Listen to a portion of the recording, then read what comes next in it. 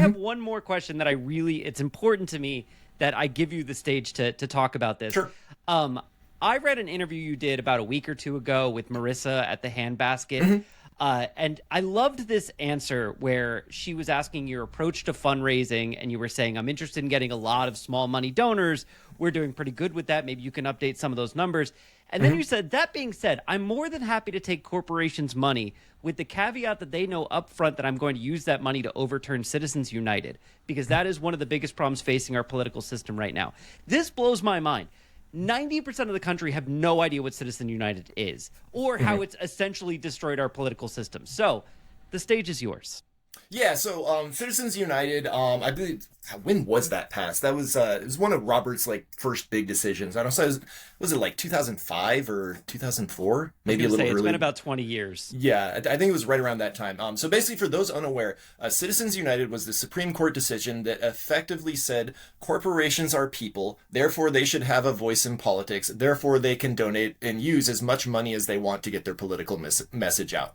And our political campaigns up to that point weren't great, but they weren't anywhere close to as corrosive as they are now. And essentially what Citizens United did is it allowed the ultra-rich in America to buy elections. And that's what they've been trying to do ever since that point forward.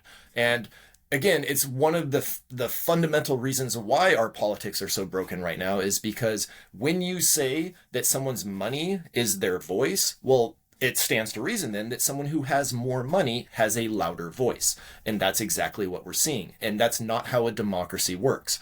And so we need to get rid of Citizens United, like desperately need to get rid of it. Problem is now we're fighting against the ultra rich and they have a lot of resources that they can bring to bear against that.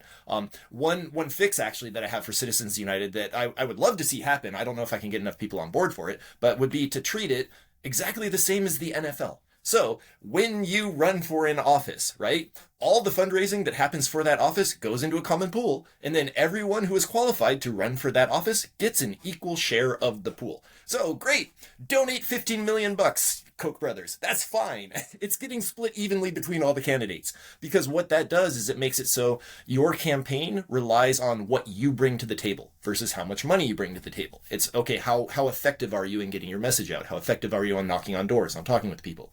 And then it also means that you don't have a single donor that can come up and say, hey, I want you to craft this specific policy to benefit me because I gave you $10 million.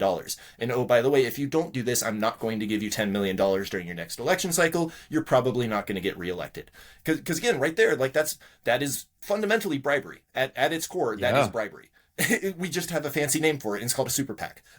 So we have to get the idea of money out of politics. And I know that's been said a lot, but we really do, because we're seeing the endpoint of that. And the endpoint of that is people like Elon Musk being involved in our government and stealing our personal data. It's people like Jeff Bezos buying the Washington Post and then deciding that, oh yeah, democracy dies in darkness. Cool, let me flick the light switch. I mean, it's like here in California, Patrick Soon-Shiang buying the LA Times. I mean, like, we're going to have an AI thing to judge the bias of articles. It's like, wait, but you're just pushing your finger right on the side that says Trump, pro-Trump, pro-Trump. It's like we are facing empirical evidence that unlimited money in a political process does not work in a democratic system. Like, there's no other way to say it. It just doesn't work. The results are in.